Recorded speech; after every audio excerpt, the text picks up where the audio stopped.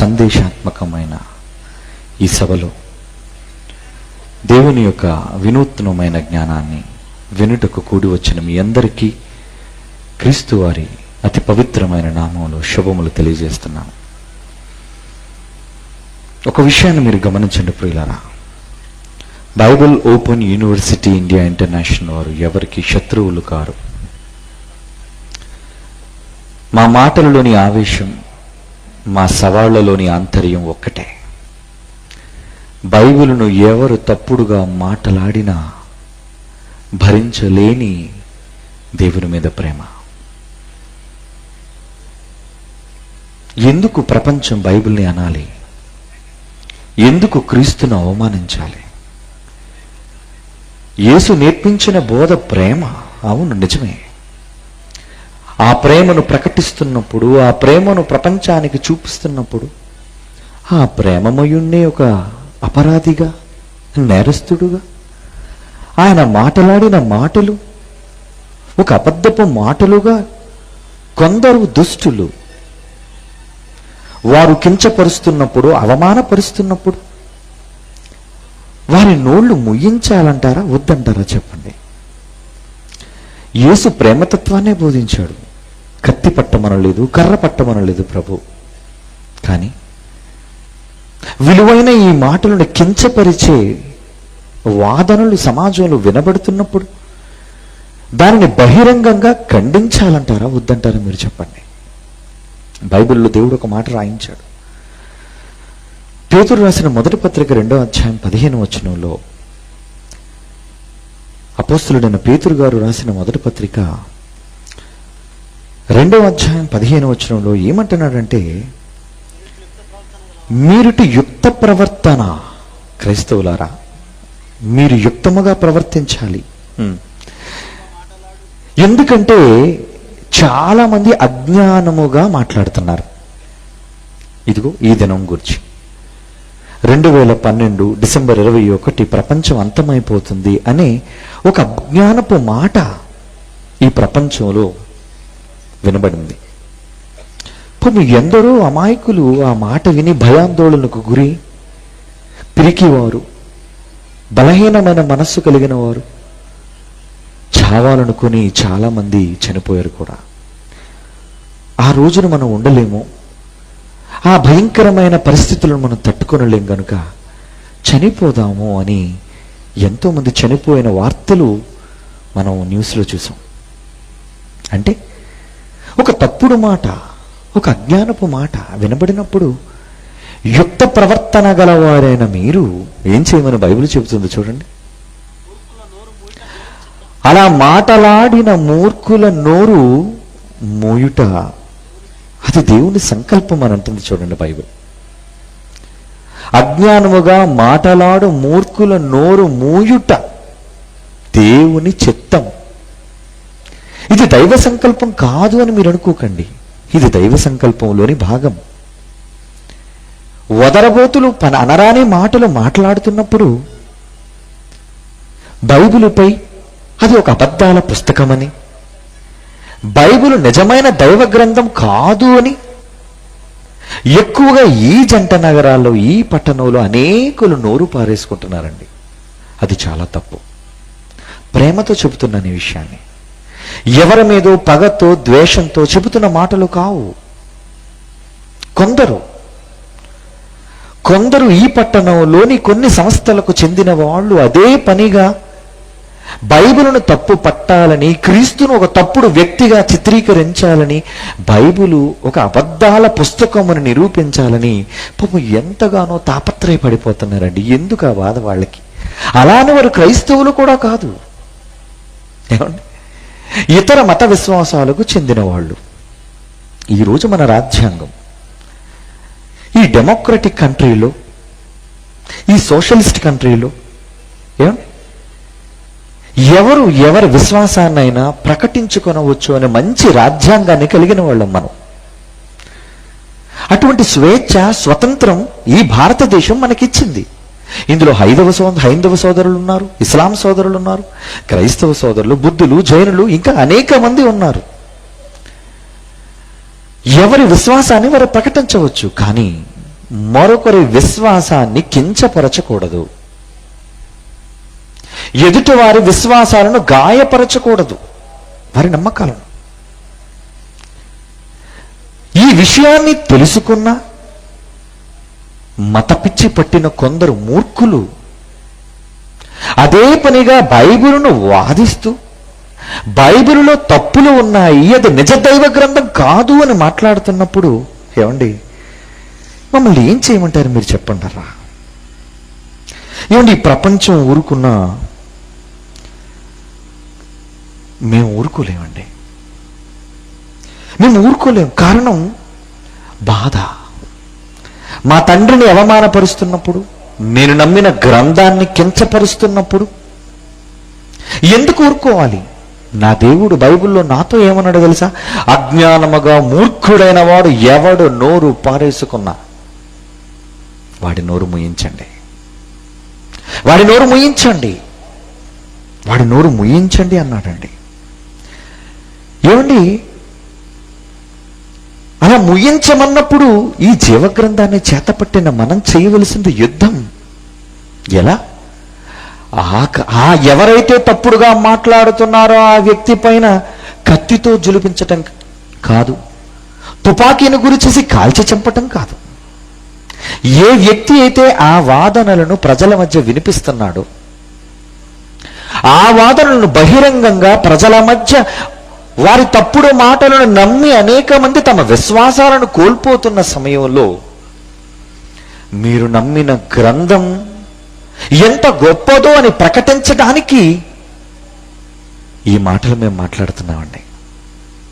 ఒక మీడియాను తప్పు పట్టాలను, ఇతర మత బోధకులను నేరస్తులు చేయాలన్న ఆలోచన మాకు లేదు. జాగ్రత్తగా వినండి, ఎందుకంటే చాలా మంది మాటలను వక్రీకరించే వాళ్ళు ఉన్నారు. ఏమండి వాళ్ళు ఇతర మతస్థులను దూషిస్తారు అండి అని, ఇతర విశ్వాసాలను వాళ్ళు గాయపరిచే మాటలు మాట్లాడుతారండి. కాదండి, ఎవరి జోలికి మేము వెళ్ళాం. మరలా చెప్తున్నాను, ఎవరి జోలికి మేము వెళ్ళాం. హైందవ సోదరులు వాళ్ళంటే మాకు గౌరవం, ఇస్లాం సోదరులు వాళ్ళంటే మాకు గౌరవం, ప్రేమ. కారణం మనమంతా ఒకే తండ్రి పిల్లలం. కానీ వాళ్ళలో ఏ ఒక్కరైనా బైబిలు జోలికి వస్తే మాత్రం విడిచిపెట్టం. ఇది పబ్లిక్గా చెప్తున్నాను నేను.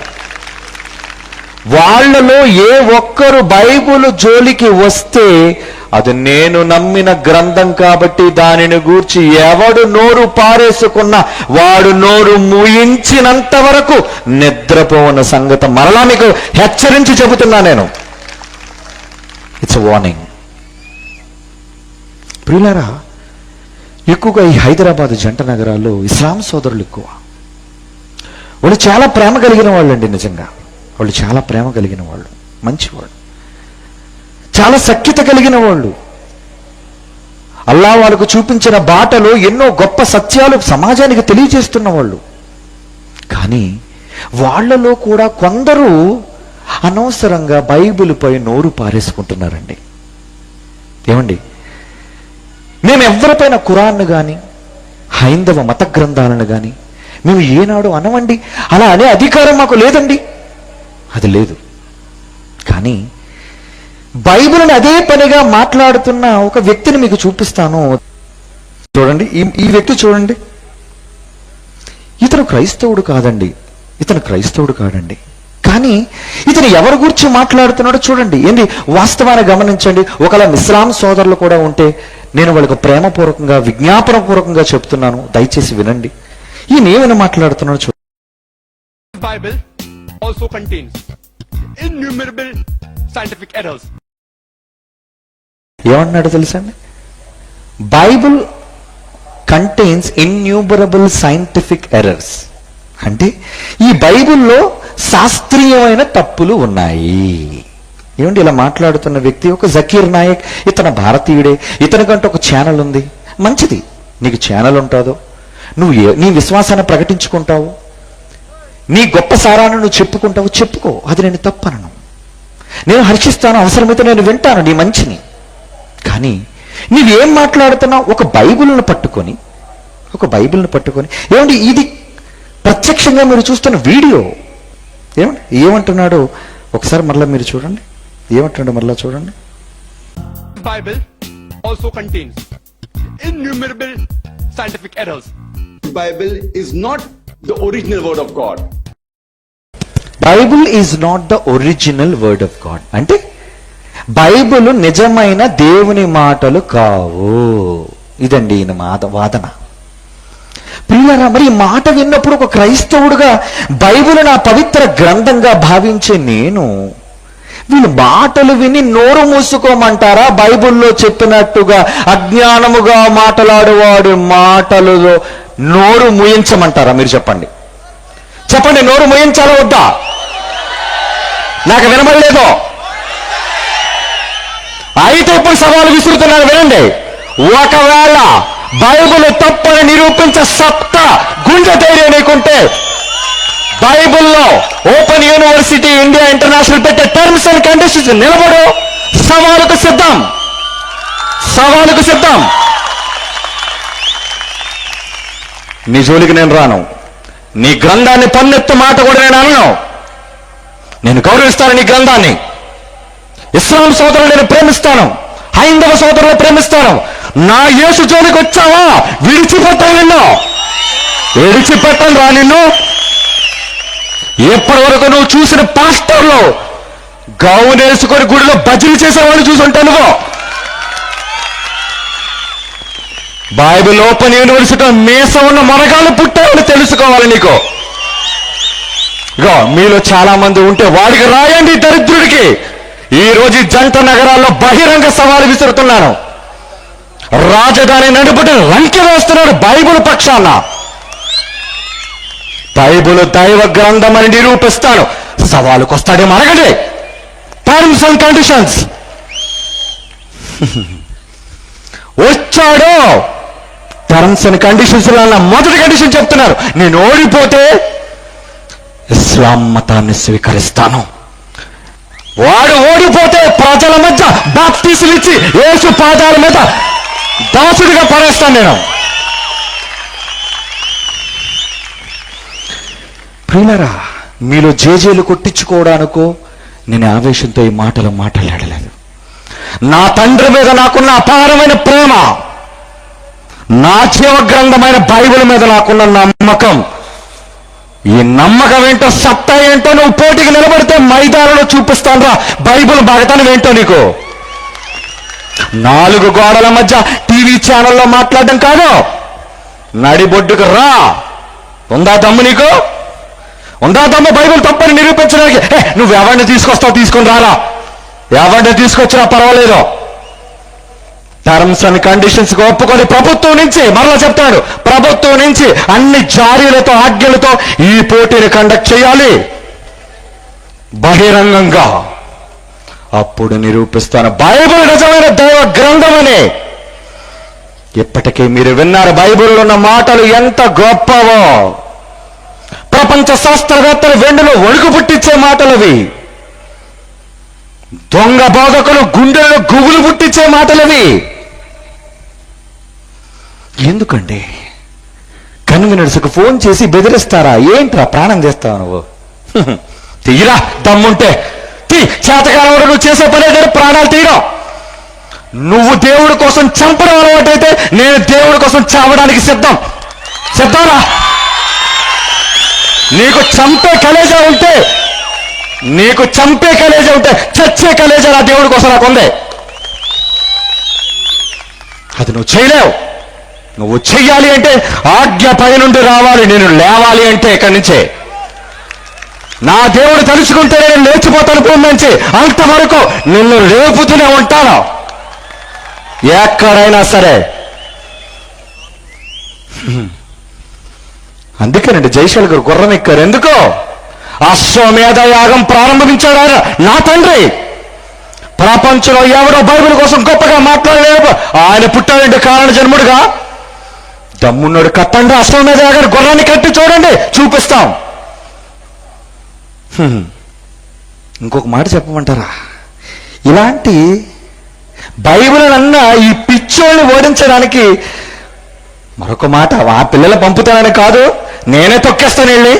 నా చిన్న పిల్లలు యూనివర్సిటీలో, రెసిడెన్షియల్ యూనివర్సిటీలో చదువుకున్న పిల్లలు చాలా నీళ్లు తొక్కడానికి, ఇండియాను జయించడానికి అలెగ్జాండర్ ది గ్రేట్, మీ అందరికీ తెలుసు చరిత్ర.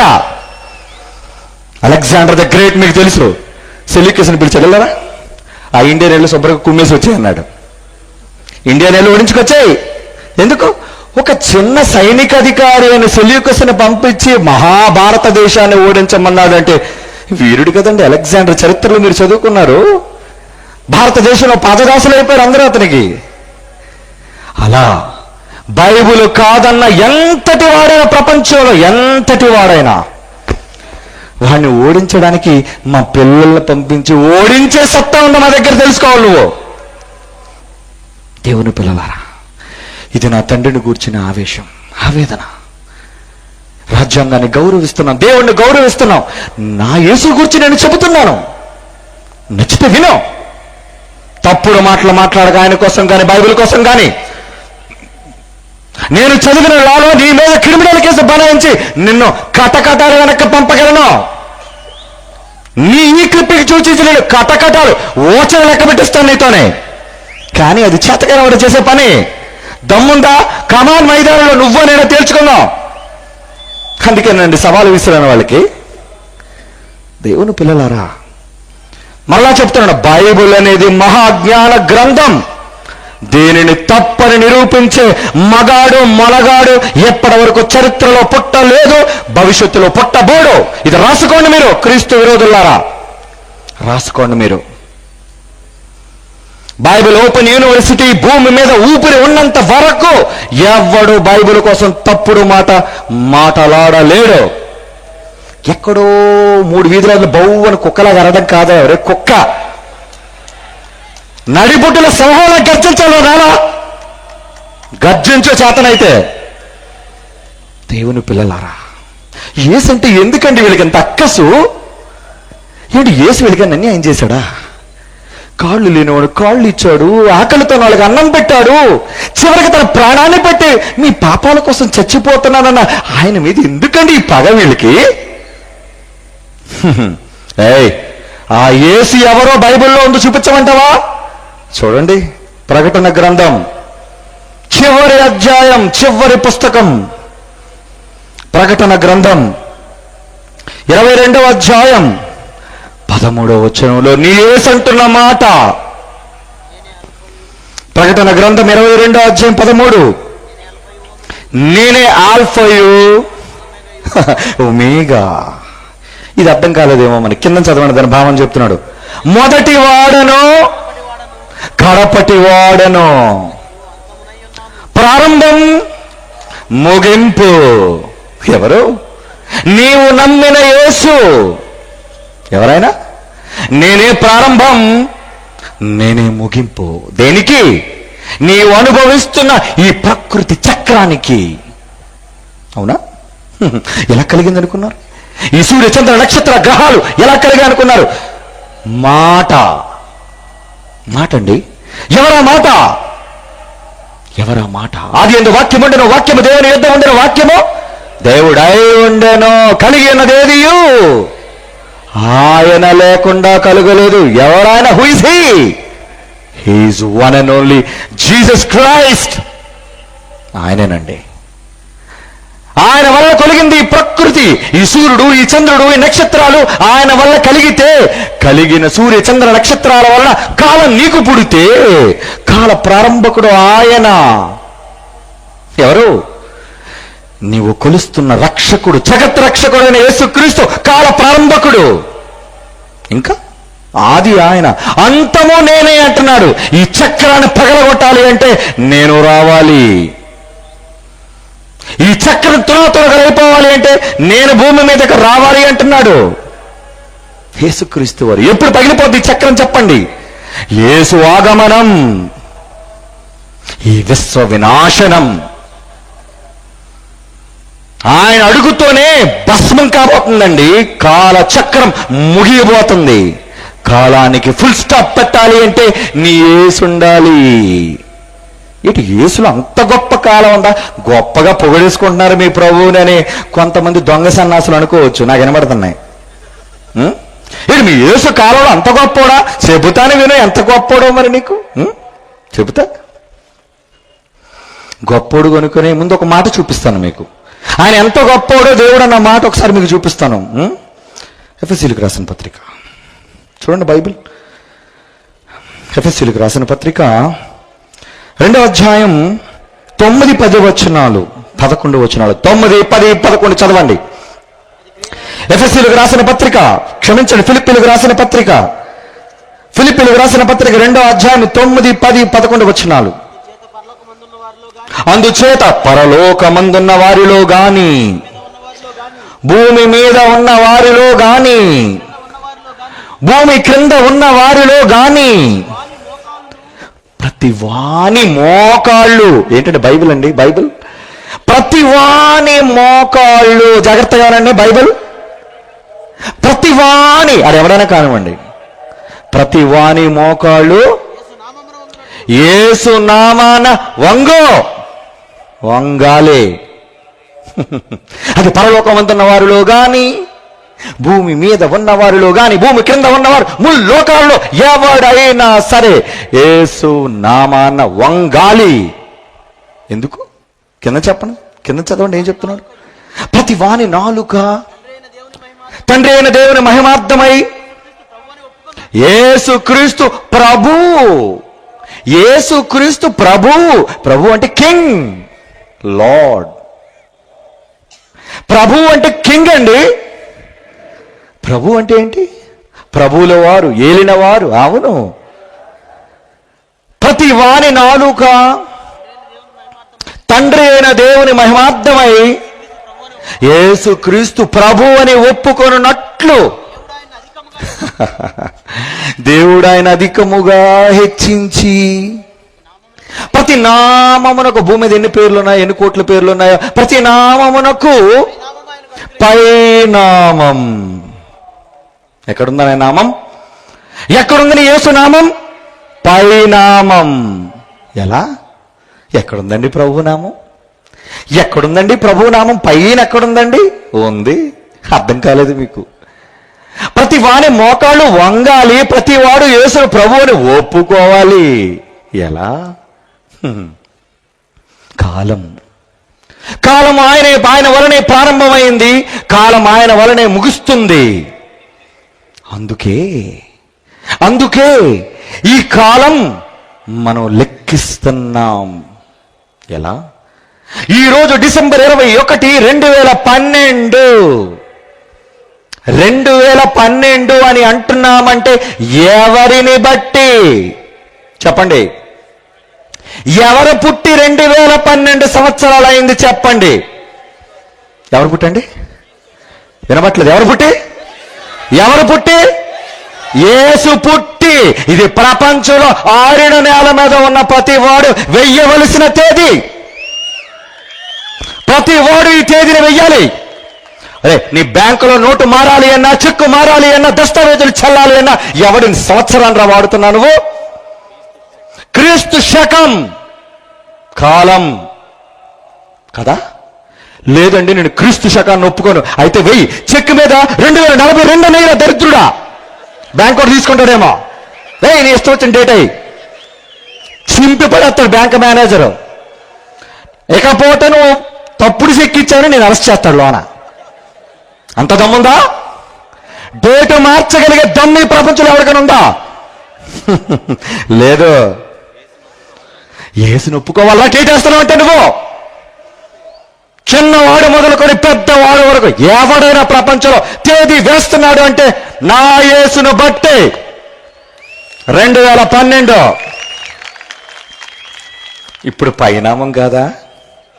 ఇంకా మీరు ఒప్పుకోరా? ఇంకా చెబుతారు మళ్ళీ ఒప్పుకోపోతే. కసి మీద ఉన్నాను మరి నేను. ఇంకా చెబుతా.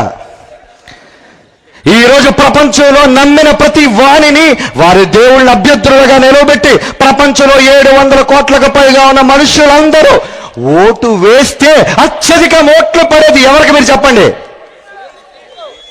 ప్రపంచవ్యాప్తంగా ఒకవేళ జనరల్ ఎలక్షన్స్, వరల్డ్ ఎలక్షన్స్ మీరు కండక్ట్ చేస్తే అత్యధిక ఓట్లు పడేది యేసుక్రీస్తు బొమ్మ మీద.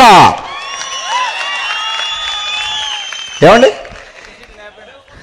పబ్లిసిటీ అవసరం లేదు, దీనికి డబ్బులు ఏమైనా అవసరం లేదు, చీరలు పంచడం అవసరం లేదు. ప్రభు ముఖం చూసి యేసు పేరు చూసి గుద్దేస్తారు, క్రీస్తు అని పేరు చూసి గుద్దేస్తారు. గాంధీ నోటు ఇచ్చిన ఒప్పుకోరు, ఇక్కడ బ్రాందీ బాటిల్ ఇచ్చిన అసలు ఒప్పుకోరు. ఏమండి ఒప్పుకోరు. అంటే ఎవరి వలన ఈరోజు ప్రపంచవ్యాప్తంగా ఎలక్షన్లు వేస్తే అత్యధిక ఓట్లు పడేది యేసు క్రీస్తుకి అయినప్పుడు ఇప్పుడు చెప్పు ప్రభు ఎవరో? రాజ్యాన్ని స్థాపించాలి అంటే యేసు ఒక్కడే రాజ్యాధికారి, రాజు, కింగ్ అండి. ఏమిటి కిరణ్ కుమార్ గారికి మెజారిటీ వచ్చింది కనుక సీట్లో కూర్చున్నారు. పాపం చంద్రబాబు గారికి రాలేదు కనుక ఊరి మీద తిరుగుతున్నారు ఆయన పాదయాత్రలు వేరట తర్వాత సంపాదించడానికి. అంటే ఈరోజు మనకున్న ఈ డెమోక్రసీలో ఎవరు అత్యధికంగా స్థానాలు సంపాదిస్తారో వాళ్ళకే రాజ్యాధికారం అన్నది నీరులైనప్పుడు, ప్రపంచవ్యాప్తముగా యేసు క్రీస్తుకే అత్యధిక ఓట్లు పడినప్పుడు ఇప్పుడు చెప్పు ఎవడ ప్రభు? ఆయనే ప్రభు, ఆయనే రాజు. అందుకే పిలాతు అడిగినప్పుడు అన్నాడు, ఏంటండి ఒంటి మీద బట్టలు కూడా ఈయనకి లేవు, ఒంటి నిండా దెబ్బలు, ముఖం అంతా కళ్ళు గిళ్ళు పొంగిపోయి నువ్వు రాజువా అని అడుగుతున్నాడు. ఈడొక వెరిదద్దమ్మ. అప్పుడు పిలాతు అన్నాడు, అవును నీవన్నట్టు నేను రాజునే. ఈ దరిద్రాన్ని కూడా రాజు అనికేసరికి సింహాసనం, గుర్రాలు, రాణులు, మంత్రులు. నా రాజ్యం ఈ లోక సంబంధమైనది కాదయ్యా. ఆఫ్టర్ ఆల్ భూమి మీద ఎక్కడో యెరూషలేములో ఒక చిన్ని పట్టణానికి నువ్వు ఒక రాజు, నేను ముల్లోకాల అధిపతి, శకపురుషుడు, నేను రాజునయ్యా, రాజుని నేను రాజుని అన్నాడు. ఇప్పుడు చెప్పండి మన ప్రభు, మన నమ్మిన ప్రభు కాడా? ప్రభువేనండి. ప్రపంచం ఒప్పుకోవలసిన ప్రభు. అలాంటి రాజును మాట్లాడితే ఏమండి దేశానికి వ్యతిరేకంగా మాట్లాడితే వాళ్ళు ఏమంటారు? దేశద్రోహి. దేశద్రోహి చట్టం చాలా తీవ్రంగా ఉంటుంది. బైబిల్కి వ్యతిరేకంగా మాట్లాడుతున్నాడే దైవద్రోహిరా నువ్వు. యూనివర్సల్ పీనల్ కోడ్ కింద నిన్ను మట్టిలో తొక్కేయాలి. ఇండియన్ పీనల్ కోడ్ కాదు, American penal code, British penal code కాదు. యూనివర్సల్ పీనల్ కోడ్ ప్రకారంగా బైబిల్ను గాని యేసును గాని ఎవడు ఏ మాట అన్నా అని విడిచిపెట్టామండి. మాకు చెప్పండి చాలు, మాకు చెప్పండి. ఎవడు తప్పుడు కోత కూసినా ఈ దొంగలతో ఒకటే చెప్పండి, రే నిన్ను తినేయడానికి సింహాలు బయలుదేరారా యూనివర్సిటీలో. మొదటి ఆరంభ సింహం నా అన్నయ్యని యేసైతే ఆయన మొదటి శతాబ్దంలో, ఆయన తర్వాత ఒక కొదమ సింహాలు ఎన్నో బయలుదేరే, ఒక పౌలు ఒక సింహం, ఒక పేతురు ఒక సింహం, ఒక స్టెఫెన్ ఒక సింహం. అది మొదటి శతాబ్దపు సింహాలు. మరలా 20వ శతాబ్దంలో 21వ శతాబ్దంలో జయశాలి ద్వారా ప్రారంభమైంది సింహ గర్జన.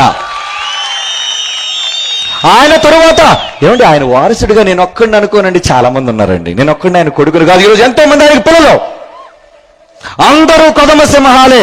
ఎవరినైనా టచ్ చేసే ధైర్యం ఉంటే టచ్ చేయి, నువ్వు కనబడవు, తర్వాత నువ్వు కనబడవు. ఏమండి దేవుని పిల్లలారా, ఒక్క మాట చదువు ముగించుకుందాం. ఒకే ఒక్క మాట. దశలోనికులకు రాసిన 2వ పత్రిక, అపోస్తులైన పౌలు దశలోనికులకు రాసిన 2వ పత్రిక 2వ అధ్యాయం 1వ వచనం. సహోదరులారా, 2వ దశలోనిక పత్రిక 2వ అధ్యాయం 1వ వచనం. సహోదరులారా, యుగాంతం ప్రభు వచ్చేస్తున్నాడు, యుగం అంతమైపోతుంది. ప్రభు దినము ఇప్పుడే, ఈరోజే వచ్చి ఉన్నట్టుగా ఆత్మ వలనైనను, ఇదిగో ఈ దొంగ మీడియాల మాటల వలనైనను, ఒకవేళ మా దగ్గర నుంచి వచ్చిన పత్రిక వలనైనను ఎవడైనను చెప్పిన ఎడల మీరు తొందరపడి చంచల మనస్కులు కాకుండా వలనని, భయపడకుండా వలనని, బెదరకుండా వలనని. ఏమండి బైబిల్ అభయం ఇస్తుందండి. 2012 డిసెంబర్ 21 ప్రళయం, విపత్తు అని మాట్లాడుతుంటే ప్రపంచం అంతా గజిబిజి గందరగోళం. కానీ బైబిల్ అభయమిస్తుంది ఏమని? త్వరపడి చంచల మనస్కులు కాకండి. మీరు త్వరపడి చంచల మనస్కులు కాకండి, మీకు వచ్చిన ముప్పు ఏమీ లేదు. వింటున్నారుగా 2 రోజులుగా బైబిల్లోని మహాసారం. కనుకండి బైబిల్ని మత గ్రంథంగా చూడకండి ప్లీజ్. మత గ్రంథంగా దాన్ని చూడకండి. అది మహాజ్ఞాన గ్రంథం. అది ఎంత గొప్ప గ్రంథమో, దేవుడు వలన రాయించబడిన గ్రంథమో ఈ పాటలో చూసి ముగించుకుందాం.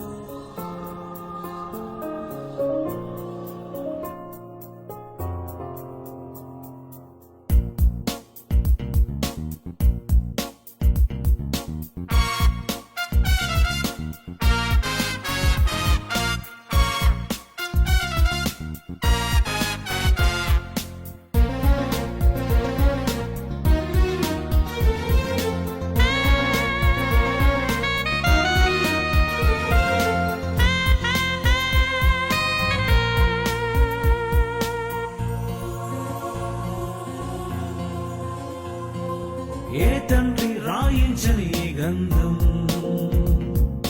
నీ దేవుడు నీ కొరకే దీనిని రాసెను.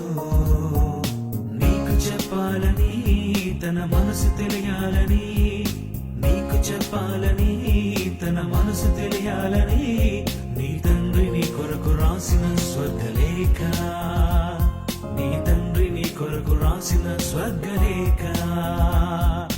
ఏ తండ్రి రాయించని ఈ గంధం, నీ దేవుడు నీ కొరకే దీనిని రాసెను. నీకు చెప్పాలని, తన మనసు తెలియాలని, నీకు చెప్పాలని, తన మనసు తెలియాలని, నీ తండ్రి నీ కొరకు రాసిన స్వర్గలేఖ, నీ తండ్రి నీ కొరకు రాసిన స్వర్గలేఖ. బైబిల్ అను పదానికి బిబ్లియా అను గ్రీకు పదం మూలం. బైబిల్ అనగా పుస్తకాల సమూహం. వేర్వేరు వృత్తులకు, కాలాలకు, ప్రాంతాలకు చెందిన సుమారు 42 మంది ప్రవక్తలచే పరిశుద్ధాత్మ ప్రేరణతో వ్రాయబడిన ఒకే ఒక గ్రంథం బైబిల్. ఖచ్చితమైన పురావస్తు, చారిత్రాత్మిక ఆధారాలు ఉన్న శాస్త్రాతీత గ్రంథం బైబిల్. మహాత్ములకు మార్గదర్శక గ్రంథం బైబిల్. ముద్రణ యంత్రం ముద్రించిన తొలి గ్రంథం బైబిల్. ప్రవక్తలను పంపి, అపోస్తులను పంపి, ప్రేరణతో పరిశుద్ధాత్మ వ్రాయించెను. ప్రవక్తలను పంపి, అపోస్తులను పంపి, ప్రేరణిచ్చి పరిశుద్ధాత్మ వ్రాయించెను. రాసిన వారెవరైనా చెప్పినదంతా ఒకరే, రాసిన వారెవరైనా చెప్పినదంతా ఒకరే. అబద్ధాన్ని చేసుకోకు, ఆ దేవుని అనుమానించకు, అబద్ధాన్ని చేసుకోకు, ఆ దేవుని అనుమానించకు. ఏ తండ్రి రాయించని ఈ గ్రంథం, నీ దేవుడు నీ కొరకే దీనిని రాసెను. నీకు చెప్పాలని, తన మనసు తెలియాలని, నీకు చెప్పాలని, తన మనసు తెలియాలని, నీ తండ్రి నీ కొరకు రాసిన స్వర్గలేఖ, నీ తండ్రి నీ కొరకు రాసిన స్వర్గలేఖ. Bible also contains innumerable scientific errors. Bible is not the original word of God. Zakir Naik అయిన వాడు బైబిలులో నేను 1000 తప్పులు చూపిస్తాను అని ప్రతి చోట నోరు విప్పి మాట్లాడుతున్నాడు. బైబిల్ కోసం ఎవడు ఏ తప్పుడు కోత కూసినా వాడిని ప్రజల మధ్య నిలబెట్టి కడిగేయాలి. వాడిని ఎదుర్కోవడానికి చాలా మంది అంటున్నారు, పీడి సుందర్రావు గారిని పోటీ నిలబెట్టమని. ఆయన వరకు ఎందుకు? అహ్మద్ వాడు గురువునే మట్టి కనిపించిన వాడు. ఆయన వాడి శిష్యుడైన జకీర్ నాయక్ మేము చాలు, జైశాలి వరకు అవసరం లేదు. బైబిల్ గొప్పదని నిరూపిస్తాం. ఎక్కడైనా సరే భగవద్గీత జోలికి వెళ్ళం, రామాయణం జోలికి వెళ్ళం, ఖురాన్ జోలికి వెళ్ళం. బైబిల్ తప్పని ఎవడైనా నోరు పారేసుకుంటే విడిచిపెట్టాం. ప్రపంచానికి వినబడుతున్న పీడి సుందర్రావు సవాల్, బైబిల్ జోలికి రాకండి, వచ్చారు వణుకు పుట్టిస్తా వాళ్ళకి వణుకు. యేసును పంపించి తన ప్రేమను చూపి పరలోకం నీకివ్వాలని అర్పించెను. యేసును పంపించి తన ప్రేమను చూపి పరలోకం నీకివ్వాలని అర్పించెను.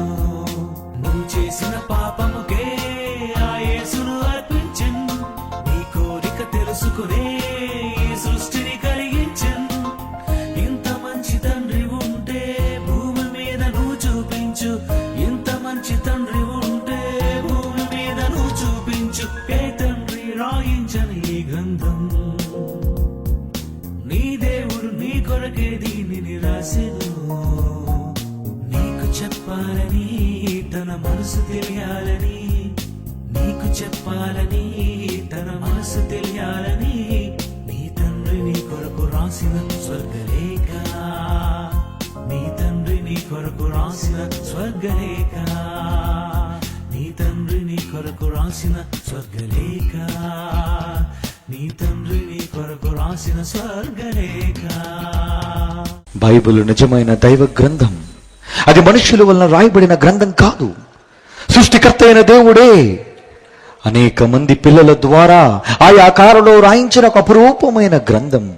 ఈ గ్రంథాన్ని కలిగిన మీరు సిగ్గుపడనక్కరలేదు. క్రైస్తవుడిని చెప్పుకోవడానికి గర్వపడండి. క్రైస్తవ సోదరులారా, సోదరిమణులారా.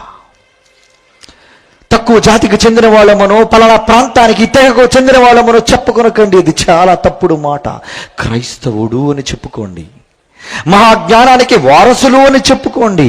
సృష్టికర్త అయిన దేవునికి పిల్లలు అని చెప్పుకోండి. ఈ గ్రంథాన్ని చేతపట్టిన వారు ఎవరు ప్రపంచంలో సిగ్గుపరచబడలేరు. కళ్ళు మూసుకొని ప్రార్థన చేసుకుందాం. పరిశుద్ధుడు అయిన తండ్రి, నీ మహత్తుగల మాట మా నోట ఉంచి మీరు మాకు అందించిన ఉత్తేజమును బట్టి మీకు ధన్యవాదాలు. ప్రపంచం బైబిల్ని అపార్థం చేసుకుంటుందయ్యా. అందుకే గళమెత్తాం, విజృంభిస్తున్నాం. శత్రువును శీఘ్రముగా మా పాదముల క్రింద చితుక త్రొక్కించండి.